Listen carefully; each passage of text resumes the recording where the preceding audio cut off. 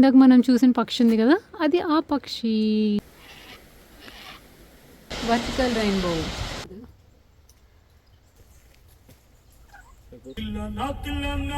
డబ్బులు కట్టాలి.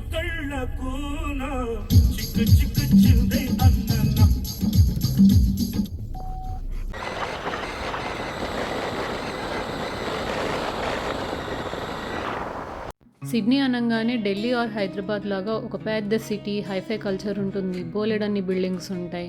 City life అంటే పొల్యూషన్ తప్ప ఇంకేముండదు అనుకుంటారు. But beyond this city life, Sydney నుంచి 1 hour జర్నీ చేస్తే చాలు ఒక డిఫరెంట్ ఎకోసిస్టంలోకే ఎంటర్ అవ్వచ్చు. అలాంటి ప్లేస్కి మిమ్మల్ని ఈరోజు తీసుకెళ్తున్నాను. Hello busy people. ఆకాశం మేఘావృతమైంది, వాతావరణం చల్లగా ఉంది, అక్కడక్కడ తేలికపాటి చిరుజల్లులు పడవచ్చు. ఏంటి పొద్దున్నే వాతావరణ విశేషాలు చెప్తున్నాను అనుకుంటున్నారా? నాకు బాగా గుర్తన్నమాట. జెడ్పీహెచ్ఎస్ కోటపల్లి పీలేర్ స్కూల్లో చదువుకునేటప్పుడు ప్రేయర్ టైంలో మాకు న్యూస్ చదవమనే వాళ్ళు అనమాట. ఫ్యూ లైన్స్ న్యూస్ పేపర్ నుంచి నోట్ డౌన్ చేసుకొని. సో అప్పుడు మాకు ఒకవేళ న్యూస్ రాసే టైం దొరకకపోతే వన్ అండ్ ఓన్లీ ఆప్షన్ ఈ డైలాగులు బట్టి కొట్టి చెప్పేయడమే. ఇదంతా ఎందుకు చెప్తున్నాను అని అంటే, నిన్న మొన్న 2 days ఫుల్గా వర్షం పడి మా ప్లేస్ అంతా మంచిగా మబ్బులు, క్లైమేట్ చాలా బాగుందన్నమాట. అందుకని చెప్పేసి వర్షం పడింది కదా అని వెంట్వర్త్ ఫాల్స్కి వచ్చాము. ఈ వెంట్వర్త్ ఫాల్స్ అనేది ఒక విలేజ్ అనమాట. ఇక్కడ లిటిల్ స్విట్జర్లాండ్ అని కూడా ఒక ప్లేస్ ఉంది.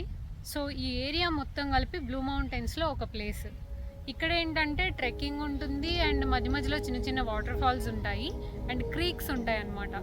ఈ వెంట్వర్త్ ఫాల్స్కి వెళ్ళాలి అంటే గ్రాండ్ క్లిఫ్ టాప్ వాక్ ఉంది కదా, ఇక్కడి నుంచి వెళ్ళాలన్నమాట. యూ వోంట్ బిలీవ్ ప్లేస్ ఎంత బాగుందంటే చూడండి.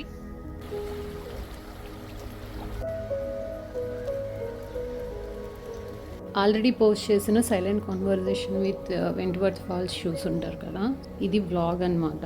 Let's continue. చాలా విషయాలు చెప్పాలి మీతో. ఈ బ్లూ మౌంటైన్స్ అనేవి టెంపరేట్ రెయిన్ ఫారెస్ట్, అంటే వర్షం పడినప్పుడు ఆ నీళ్ళని కలెక్ట్ చేసుకొని స్టోర్ చేసుకొని ఇక్కడ ఉన్న మొత్తం ఎకోసిస్టమ్ సర్వైవ్ అవుతుంది. అందుకనే ఆస్ట్రేలియాలో ఉన్న 1/3 వైల్డ్ లైఫ్ అంతా ఇక్కడే కనిపిస్తుందట. దీన్ని గుర్తుపట్టారా? మనం గాజు పురుగు అని కానీ బంగారు బస్వన్న అని కానీ పిలుస్తాం. ఇప్పుడు మనం చూస్తున్న ఈ Blue mountains almost 300 million years చరిత్ర కలిగి ఉన్నాయి. ఈ మౌంటైన్స్ ఏర్పడడానికి ముందు ఇదంతా రివర్ డెల్టా అన్నమాట. అంటే మనకి కృష్ణా గోదావరి డెల్టాలు, గంగా బ్రహ్మపుత్ర డెల్టాలు ఎలా ఉన్నాయో అలాంటి ఒక డెల్టా ఏరియా. అంటే నదుల ద్వారా కొట్టుకొచ్చిన సారవంతమైన భూమి అన్నమాట. ఆ తర్వాత ప్రకృతిలో వచ్చిన చాలా చేంజెస్, అంటే భూకంపాలు ఇలాంటి వాటి వల్ల రాక్ స్ట్రక్చర్స్ అనేవి ఫామ్ అయినాయి అన్నమాట. అలా ఏర్పడినవే ఈ బ్లూ మౌంటైన్స్. కాకపోతే ఈ బ్లూ మౌంటైన్స్ అనేవి శాండ్ స్టోన్తో ఏర్పడడం వల్ల నదులు, జలపాతాలు, ఈ కాలవలు నీటి ప్రవాహం చేస్తూ ఉండడం వల్ల ఆ శాండ్ అనేది కరిగిపోతుందన్నమాట. ఎగ్జాక్ట్గా చెప్పాలంటే నార్త్ ఇండియాలో మౌంటైన్ క్లిఫ్స్ కూలిపోయినాయి రోడ్డు పైన, చాలామంది చనిపోయారని చెప్తూ ఉంటారు కదా, అలాంటిదన్నమాట. సో ఇప్పటికీ ఈ బ్లూ మౌంటైన్స్ అనేవి ప్రకృతిలో ఉన్న మార్పులను బట్టి మారుతూ వస్తూ ఉన్నాయన్నమాట. కాబట్టి ఎంతకాలం ఈ కొండలు ఇలా ఉంటాయనేది చెప్పలేం, కూలిపోతూనే ఉన్నాయి. అది ఇప్పటికి కూడా జరుగుతూ ఉంది. మనం ఈ పక్షిని చూడ్డానికన్నా ముందే వింటామట, అంత గట్టిగా అరుస్తుంది. ఇదేంటో కాదు, ఎల్లో టైలెడ్ బ్లాక్ కాకటూ.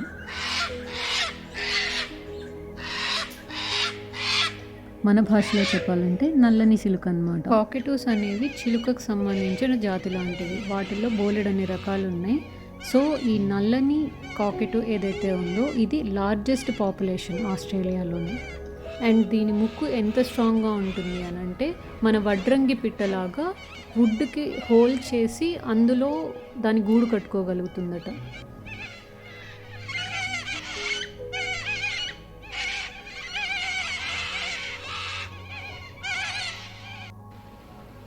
ఇక్కడ కనిపించే జీవి గురించి స్పెసిఫిక్గా చెప్పక్కర్లేదు. మన ఊర్లో అయితే ఉల్లిపాము అంటారు, పాముకి తమ్ముడు అని కూడా చెప్తూ ఉంటారనమాట. దీన్ని ఆస్ట్రేలియాలో బ్లూ టంగ్డ్ స్కింక్ అంటారనమాట. దీనిలో బోలెడన్ని రకాలు ఉన్నాయి. ట్రాపికల్ రెయిన్ ఫారెస్ట్లో మాత్రమే కనిపించే ఫెర్న్ మొక్కల్ని కూడా ఇక్కడ మనం చూడొచ్చు.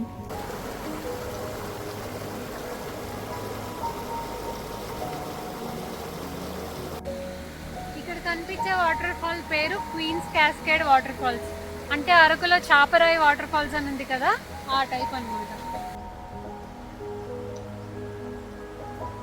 టెంపరేట్ రెయిన్ ఫారెస్ట్లలో ఏంటంటే కంటిన్యూస్గా వర్షం పడుతూ ఉంటుంది కాబట్టి చెట్లు వాటి బెరడు మొత్తం తేమగా ఉంటుందన్నమాట. కాబట్టి వాటి మీద ఎక్కువగా డిపెండ్ అయి బతకగలిగే నాచు పెరుగుతూ ఉంటుందన్నమాట. వాటిని మనం పారాసైటిక్ ప్లాంట్స్ అని కూడా అంటారు. అంటే వేరే మొక్కలపైన డిపెండ్ అయి బతకగలిగే మొక్కలు.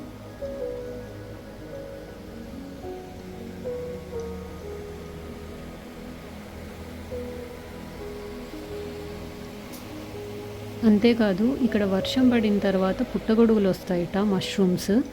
ఎన్ని వేల రకాల మష్రూమ్స్ ఈ అడవుల్లో ఉన్నాయో ఇంకా రికార్డ్స్లోనే రాయలేకపోయారట. ఈ జనవరి, ఫిబ్రవరి అనేది ఆస్ట్రేలియాలో బటర్ఫ్లై బ్రీడింగ్ సీజన్. అంటే ఈ సీజన్లో ఇలాగా మొత్తం కుకూన్స్ అవన్నీ పెడతాయి. సో ఫిబ్రవరి, మార్చ్ టైంలో ఇక్కడికి కనుక వస్తే ఎన్నో రకాల కలర్ఫుల్ బటర్ఫ్లైస్ అని మనం చూడొచ్చు. More than 400 species of butterflies అనేవి ఆస్ట్రేలియాలో ఉంటాయి. అండ్ దట్టు ఇప్పుడు మనం వచ్చిన ప్లేస్లోనే ఉంటాయి. అంటే సౌత్ ఈస్ట్ రీజియన్లోనే బటర్ఫ్లైస్ ఉంటాయి అన్నమాట. ఈ ప్రాంతాన్ని ఎకోసిస్టమ్గా ఎందుకు కన్సిడర్ చేశారు అంటే పూల మీద డిపెండ్ అయ్యి చీమలు అండ్ ఆకుల మీద డిపెండ్ అయ్యి పురుగులు బతికితే వాటన్నిటి మీద డిపెండ్ అయ్యి పక్షులు బతుకుతాయి. ఈ పక్షులు అనేవి నట్స్ని లేదా సీడ్స్ని, అంటే ఫ్రూట్స్ తినేసి ఆ సీడ్స్ని ఒక చోటు నుంచి ఇంకో చోటికి ట్రాన్స్పోర్ట్ చేస్తున్నాయి అన్నమాట. దానివల్ల మళ్ళీ ఈ ఎకోసిస్టము, ఈ అడవులు అనేవి డెవలప్ అవుతున్నాయట.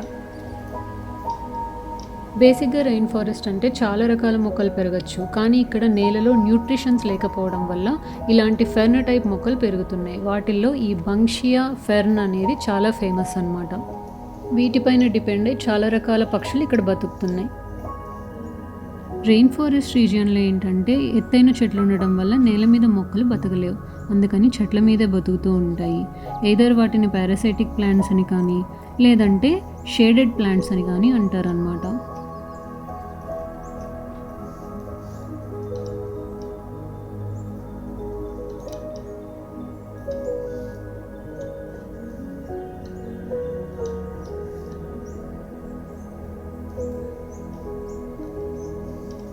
ఈ పారాసైటిక్ ప్లాంట్స్ అనేవి ట్రీ ట్రంక్స్ పైన వాటి వేళ్ళని చాలా బలంగా హోల్డ్ చేస్తాయి.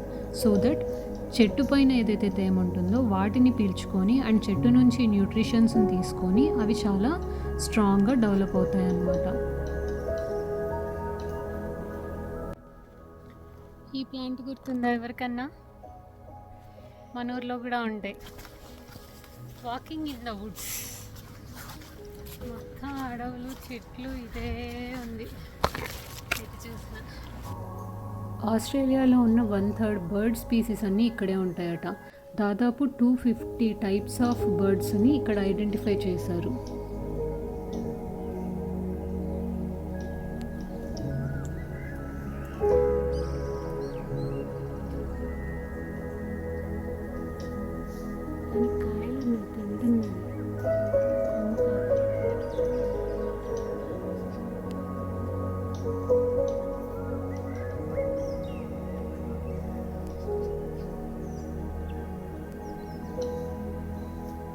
చిలుకలు, ప్యారెట్స్, కాకటూస్ ఈ మూడిట్లో ఏ పేరు తీసుకున్నా ఇక్కడున్నన్ని రకాల రంగురంగుల చిలుకలు ఇంకెక్కడా లేవట.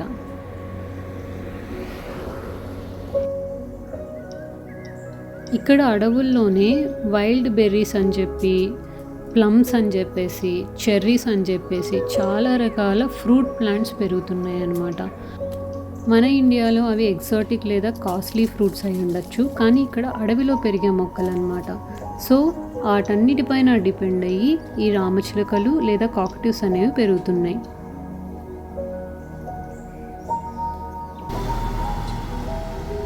ఎంత ఐడియల్ ప్లేస్కి వచ్చామంటే ఒక మారుమూల ప్రాంతం లాగా ఉంది. బట్ ఇక్కడ కూడా బస్సులు తిరుగుతున్నాయి, వెహికల్స్, రోడ్డు అసలు ఎంత క్లీన్ ఉంది చూడండి. రోడ్డు ఊటీకి వచ్చినట్టుంది నాకైతే. మౌంటైన్ నేషనల్ పార్క్, వెంట్వర్త్ ఫాల్స్కి ఇలా వెళ్ళాలట.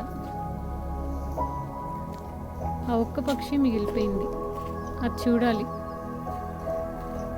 ఎందుకు ఆ పక్షిని చూడాలి అంటే మన ఊర్లో నెమళ్ళు ఎలా ఉంటాయో మన దేశంలో అలా ఇక్కడ ఆ పక్షి ఉంటుందట.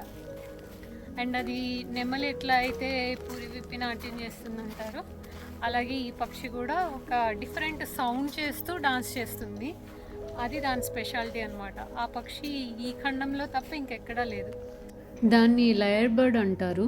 అండ్ అది ఒక విధమైన ఇన్స్ట్రుమెంట్, లోకల్ ట్రైబల్ ఇన్స్ట్రుమెంట్ నుంచి వచ్చే సౌండ్ లాగా అనిపిస్తుంది కాబట్టి ఆ పక్షికి ఆ పేరు పెట్టారు. చూద్దాం దొరుకుతుందేమో.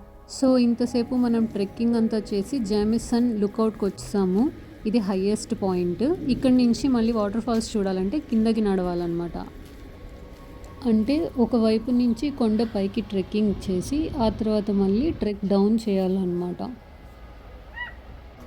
ఇక్కడ కనిపించే పురుగులు ఓన్లీ వాటర్ ఉన్న ఏరియాల్లోనే ఉంటాయి. అండ్ ఇవి ఇక్కడ ఉన్న ఆకులపైన డిపెండ్ అయి బతుకుతూ ఉంటాయి. అండ్ ఇలా గుంపులు సమూహాలుగా ఉంటాయట. ఇక్కడ క్యాండిల్ షాండ్లియర్ లాగా కనిపించే ఈ మొక్క పేరు లైకోపోడియం. ఇది కాకుండా డ్వార్ఫ్ మౌంటైన్ పైన్ అని చెప్పి ఒక మొక్క ఉంది. ఈ మొక్క ఓన్లీ ఆస్ట్రేలియాలో ఉన్న ఈ బ్లూ మౌంటైన్ రీజియన్లో మాత్రమే ఉంటుందట. ప్రపంచంలో ఇంకెక్కడా ఉండదు. అండ్ ఇది చాలా చిన్నగా ఉండే పైన్ మొక్కలకి ప్రసిద్ధి అనమాట. అవి కూడా ఓన్లీ 755 మొక్కలు మాత్రమే కనిపించాయట ఇప్పటి వరకు. కాబట్టి వీటిని అంతరించిపోతున్న వృక్షజాతి లిస్టులో పెట్టారనమాట.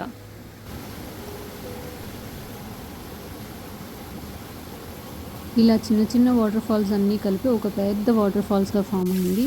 దాన్నే జామిసన్ ఫాల్స్ అంటారు. అందుకే ఈ ఏరియాకి జామిసన్ లుక్అవుట్ అని కూడా పేరు వచ్చింది. ఈ వాటర్ ఫాల్ దగ్గర కనిపిస్తున్న ఈ బంగారం రంగంతా శాండ్ స్టోన్ కరిగిపోయి దానివల్ల ఏర్పడిన శాండ్ డిపాజిట్స్ అన్నమాట. ఇప్పుడు మనం చూస్తున్నది అసలు వాటర్ ఫాల్ కాదండి. వాటర్ ఫాల్స్ ఇంకా కింద ఉంది. ఈ మెట్లు దాటి ఇంకా కిందకి వెళ్తే అసలు వాటర్ ఫాల్స్ కనిపిస్తుంది అన్నమాట.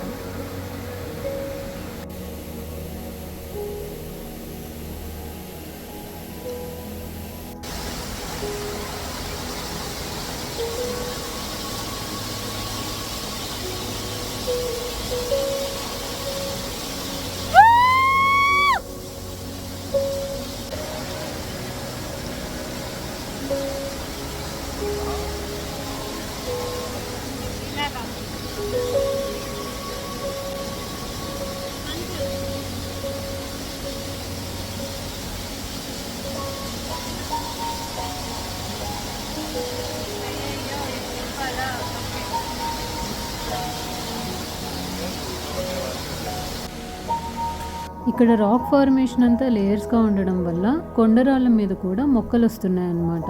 అంటే సారవంతమైన సాయిల్ ఉన్న ఆ లేయర్ మీద మాత్రమే మొక్కలు పెరుగుతూ ఉన్నాయి. ఇక్కడున్న ఈ మొక్కలన్నిటికీ వాటర్ ఫాల్స్ జల్లుల నుంచి అంటే డ్రిజలింగ్స్ నుంచి ఏవైతే వాటర్ వస్తుందో ఆ వాటర్ నుంచి న్యూట్రియంట్స్ని తీసుకుని ఇవి సస్టైన్ అవుతున్నాయి అన్నమాట. ఇక్కడ మనం నడుస్తున్న ఈ రూట్ అంతా ఆస్ట్రేలియన్ లోకల్స్ ఎవరైతే ఉన్నారో వాళ్ళు 100 years బ్యాక్ మనుషులందరూ కలిసి వచ్చి ఏర్పాటు చేసిన రూట్ అట.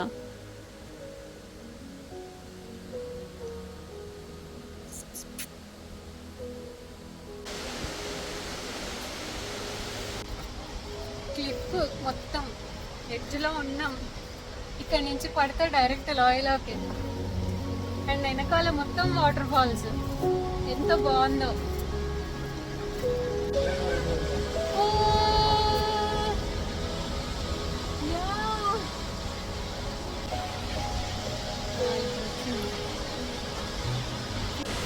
Vertical rainbow. యా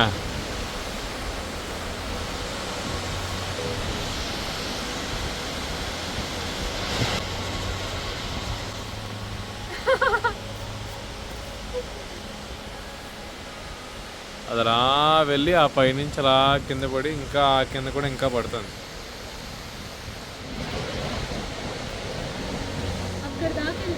అలా అలా అలా అలా అలా అలా వెళ్తూనే ఉందా. ఇప్పుడు మనం చూసిన వాటర్ ఫాల్స్ టాప్ వ్యూ నుంచి చూసాం కదా. కిందకి వెళ్ళడానికి కూడా మెట్లున్నాయి. బట్ వెళ్ళటానికే 4 hours పడుతుంది అన్నారు. It is already 8 PM. అందుకనేసే నెక్స్ట్ టైం వెళ్దామని అనుకుంటున్నాము.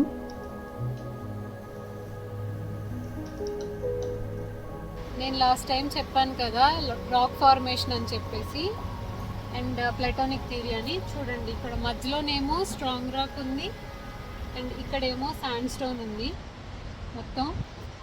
సో వాటర్ ఏంటంటే ఈ కొండల మీద నుంచి ఇలాగా ఫ్లోట్ అయినప్పుడు స్ట్రాంగ్ రాక్, హార్డ్ రాక్ అలాగే ఉంటుంది.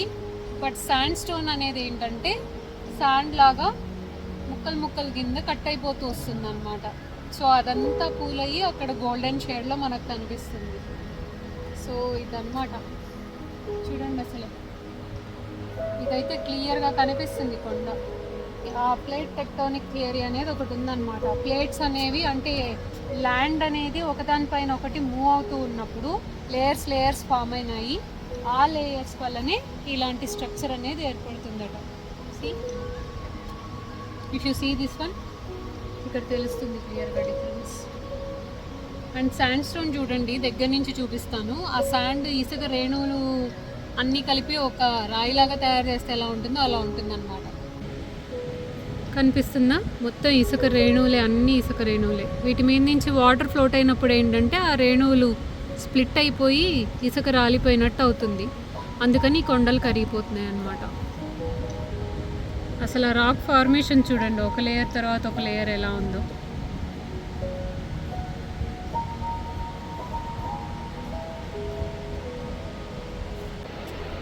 ఇక్కడ చాలా రకాల పక్షులు ఉన్నాయని చెప్పాం కదా, వాటిల్లో చాలా ఇంపార్టెంట్ ఏంటంటే పిచ్చుకలు. ఇక్కడ ఉన్నన్ని రకాల పిచ్చుకలు ప్రపంచంలో ఎక్కడా లేవట. యాక్చువల్గా ఆస్ట్రేలియాని రెప్టైల్ పార్క్ అంటారనమాట. అంటే పాములు, పాకే జంతువులు ఇవన్నీ ఇక్కడ చాలా ఎక్కువగా ఉంటాయి. కాబట్టి వీటన్నిటికీ ఈ పిచ్చుకలు పెట్టే గుడ్లు అనేవి ఇవి ఆహారంగా ఉంటుంది. ఈ బండరాళ్ల మీద పెరిగే మొక్కల్లో వాటర్ డిపెండెంట్ ప్లాంట్సే కాకుండా కార్నివరస్ ప్లాంట్స్ కూడా ఉన్నాయన్నమాట. వాటిల్లో మోస్ట్ పాపులర్ ఈ సండ్యూ ప్లాంట్. సండ్యూ ప్లాంట్ స్పెషాలిటీ ఏంటి అనంటే వాటి టెంటికల్స్ నుంచి ఒక విధమైన లిక్విడ్ అనేది ఫామ్ అవుతుంది. ఆ లిక్విడ్ తీయగాను స్టికీగాను ఉంటుంది. ఆ తీయదనానికి అట్రాక్ట్ అయిన పురుగులు దాని దగ్గరికి వెళ్ళంగానే ఆ స్టికీనెస్కి ఆ ప్లాంట్కి అతుక్కుపోతాయి అన్నమాట. ఒక పురుగు దానికి అతుక్కుపోయిన వెంటనే ఆ ప్లాంట్ ఇంకొక డిఫరెంట్ ఎంజైమ్ అనేది రిలీజ్ చేస్తుంది. అది ఆ పురుగుని చంపేయడానికి, ఆ పురుగులో ఉన్న ఆ న్యూట్రియంట్స్ ఏవైతే ఉన్నాయో వాటిని పీల్చుకోవడానికి ఉపయోగపడుతుంది అన్నమాట. సో ఇలాంటి కార్నివరస్ ప్లాంట్స్ కూడా ఇక్కడ చాలా కనిపిస్తాయి మనకి.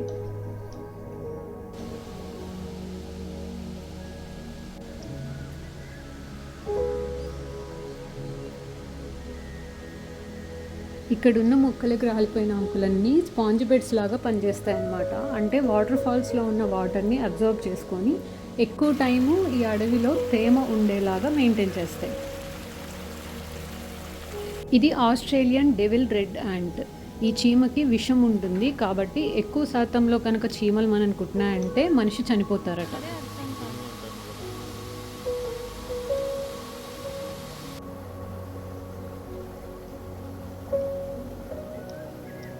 ఈ బ్లూ మౌంటైన్స్లో almost 1500 types of plant species ఉన్నాయన్నమాట. చూడండి అసలు ఎలా ఉందో లీవ్స్. ఈ ఎల్లో ఫ్లవర్ ప్లాంట్ని స్మూత్ బుష్ పీ అంటారు. ఫారెస్ట్ ఫైర్స్ వల్ల ఆల్మోస్ట్ అన్నీ అంతరించిపోయినా ఇక్కడ మాత్రం కొన్ని సర్వైవ్ అవుతున్నాయట.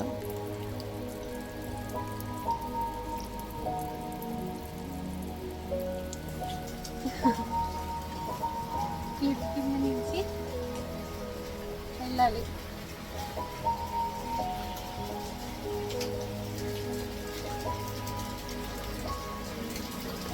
ఎంత బాగుందో అసలు చూడండి. ఈ సూపర్ ఆసమ్ కలర్లో కనిపించే ప్లాంట్ని ట్రిగర్ ప్లాంట్ అంటారనమాట. దీని స్పెషాలిటీ ఏంటి అంటే ఫ్లవర్ అడుగు భాగంలో ఒక ట్రిగర్ లాంటి హ్యాండ్ ఉంటుంది. ఏదన్నా పురుగు వచ్చి ఆ ఫ్లవర్ పైన వాలినప్పుడు అది ట్రిగర్ అవుతుందన్నమాట. దాని ద్వారా ఆ పాలికల్స్ పుప్పొడి అనేది ఆ పురుగుకు అంటుకొని పాలినేషన్ జరుగుతూ ఉంటుంది.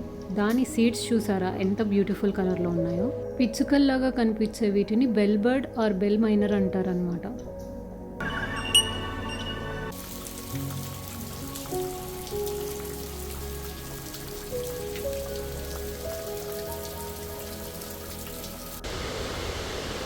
నేను దీన్ని చూశాను, ఈ పక్షిని చూశాను. National bird. ఇది దాదాపు సంవత్సరానికి కొన్ని మిలియన్ల చెత్తని తిరగేస్తుందట. వీటి వల్లే చెత్త అంతా డీకంపోజ్ అవుతుందట ఈ మౌంటైన్స్లో. I'm so lucky. ఇప్పుడు మనం చూసిన పక్షి ఉంది కదా, యాక్చువల్గా వీడియో స్టార్టింగ్లో వచ్చేటప్పుడు నేను ఈ పక్షిని ఇంకా చూడలేదు అని చెప్పి ఒక సింబల్ చూపించాను ఆ బోర్డ్ పైన. అది ఇప్పుడు కనిపించింది.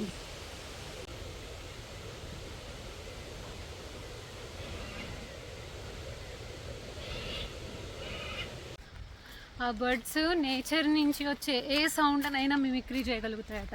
అది దాని గ్రేట్ స్పెషాలిటీ. అంతెందుకు ప్రజెంట్ ఉన్న సౌండ్సే కాదు, యాన్సెస్ట్రల్ జనరేషన్స్లో కూడా అంతకు ముందు ఉన్న సౌండ్స్ని కూడా అవి మిమిక్ చేయగలుగుతాయట. అండ్ దాని క్లాస్ ఉంటాయి కదా, 3 గోర్లు ఉంటాయి. అటాక్ చేసింది అంటే అంతే, అంత పవర్ఫుల్గా ఉంటుందట. అంటే ఈగల్కు ఉన్నట్టు ఉంటుందట దాని క్లా.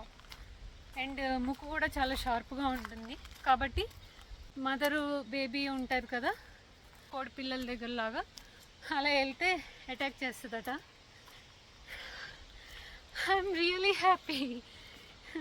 వండర్స్ అంటారు కదా, అలాగా ఆస్ట్రేలియన్ న్యాచురల్ వండర్స్లో 2 చూడగలిగాను అనమాట. ఒకటి డ్వార్ఫ్ పైన, 2 లేయర్ బర్డ్. అండ్ దీనిలో కూడా మేల్ లేయర్ బర్డ్ ఉంటుంది. అది చేసే సౌండ్ చాలా డిఫరెంట్గా ఉంటుంది. అంటే అది ఇక్కడ లోకల్ ఇన్స్ట్రుమెంట్ ఒకటి ఉందన్నమాట.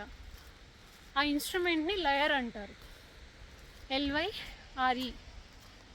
ఆ ఇన్స్ట్రుమెంట్ వాయించినప్పుడు ఏ సౌండ్ వస్తుందో అలాగా ఈ బర్డ్ సౌండ్ చేస్తుంది కాబట్టి దానికి లయర్ బర్డ్ అని పేరు పెట్టారట. భలే ఉంది కదా. ఆ సౌండ్ కూడా చేస్తే చూడాలని ఇంట్రెస్ట్. మేము కారు వేరే చోట ఎక్కడో పార్క్ చేసి వచ్చామన్నమాట. ఇప్పుడు అక్కడికి వెళ్ళాలంటే ఇందాక ఏవైతే మొత్తము ఆ ల్యాండ్స్కేప్ అంతా పైకి ఎక్కి వచ్చామో హైక్ చేసి, ఇప్పుడు మళ్ళీ హైక్ డౌన్ చేయాలి, కిందకి వెళ్ళాలి. డౌన్ ద హిల్ వెళ్ళిన తర్వాత అక్కడ కారు ఉంది. సో అందుకని ఇక్కడ వెళ్తున్నారు కదా అక్క వాళ్ళు ఎవరో మన దేశం వాళ్ళేట, బట్ హిందీ వాళ్ళు. లిఫ్ట్ ఇస్తా అన్నారు కొండ కిందకి వెళ్ళడానికి. సో కొండ కింద ఇంకొక కార్ పార్కింగ్ ఉంది, అక్కడ దాకా లిఫ్ట్ ఇస్తా అన్నారు. వెళ్ళి కార్ తీసుకొని ఇంటికి వెళ్ళడమే. జామ్సన్ ఫాల్స్ అనేది బ్లూ మౌంటైన్స్లోనే హయ్యెస్ట్ వాటర్ ఫాల్స్ అట. అంటే ఎగ్జాంపుల్ మన కర్ణాటకలో జాగ్ ఫాల్స్ అంటారు కదా, అలాగా. సో ఆ వాటర్ ఫాల్స్ దగ్గరికి వచ్చాం. దానిలో ఏమేమి ఉన్నాయి, ఎక్కడెక్కడ ఏమున్నాయి మొత్తం చెప్తున్నారనమాట. ఇది వరల్డ్ హెరిటేజ్ సైట్గా కూడా గుర్తించారట. అండ్ ఇంకోటి ఏంటంటే, ఇందాక మనం చూసిన పక్షి ఉంది కదా, అది ఆ పక్షి. కాకపోతే అది అలా అరవడం చూడాలి. నేను రెఫరెన్స్ కోసం మీకు వీడియో అటాచ్ చేస్తాను. చాలా యూనిక్గా ఉంటుందన్నమాట అసలు అది.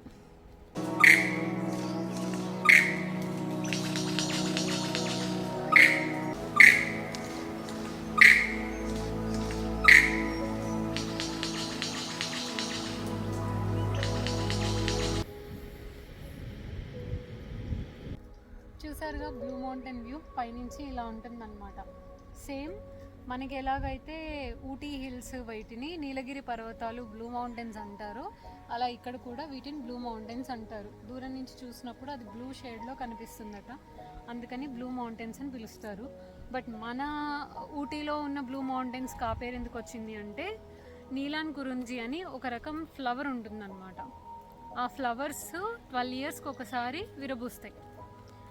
ఆ టైంలో మొత్తం మౌంటైన్ అంతా ఏదో బ్లూ కార్పెట్ పరిచినట్టు ఫ్లవరింగ్ ఉండడం వల్ల వాటికి బ్లూ మౌంటైన్స్, నీలగిరి పర్వతాలు అని చెప్పేసి పేరు వచ్చింది. సో దాని మీదే నీలగిరి మౌంటైన్ రైల్వే అనేది ఉందన్నమాట.